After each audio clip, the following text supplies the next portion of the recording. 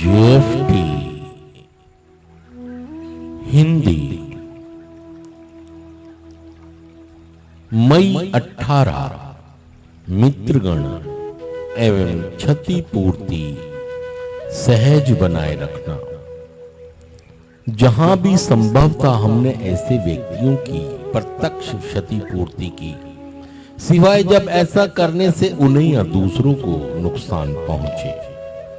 9वां कदम, हर रिश्ते में हम सदैव समस्याओं का समाधान उसी तरह नहीं कर पाते जैसा कि हम सोचते हैं, लेकिन गलतियां होने का मतलब यह नहीं है कि हम दोस्ती ही तोड़ दें, अपितु हमें यह भी समझना चाहिए कि हम अपनी गलतियों की भरपाई कर सकते हैं अगर हम पूरी ईमानदारी से अपने मैत्री संबंधों के लिए निहायत जरूरी अपनी जिम्मेदारियों के महत्व को स्वीकारने और अपनी गलतियों की भरपाई करने के लिए तहे दिल से तैयार हैं। तो हमारे वह तमाम मैत्री संबंध पहले से कहीं ज्यादा बेहतर, मजबूत और समृद्ध बन सकते हैं। क्षतिपूर्ति बहुत सरल है।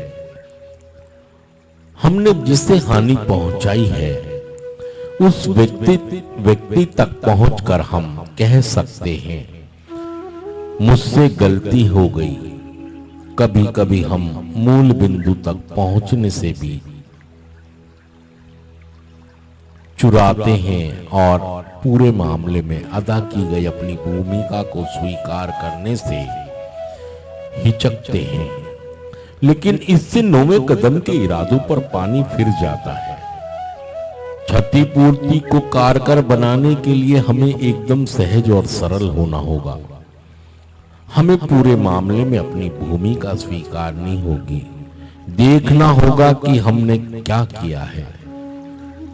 ऐसे अवसर भी आएंगे जब हमारे मित्र हमारी किसी भी भरपाई को मंजूर नहीं करेंगे। शायद पूरे मामले पर गौर करने के लिए कुछ ज्यादा वक्त लगाना चाहें। अगर ऐसा है तो हमें उन्हें और वक्त देना होगा। आखिरकार गलतियां करने में हम आगे थे, वे नहीं। अपनी भूमिका अदा कर दी है, हमारे बूते से बाहर है, बाकी हमारे बूते से बाहर है। सिर्फ आज के दिन मैं एक जिम्मेदार दोस्त बनना चाहता हूं। मैं अपनी गलतियों की भरपाई करते समय एकदम सहज रहूंगा। थैंक यू दोस्तों, शुक्रिया सुनने के लिए।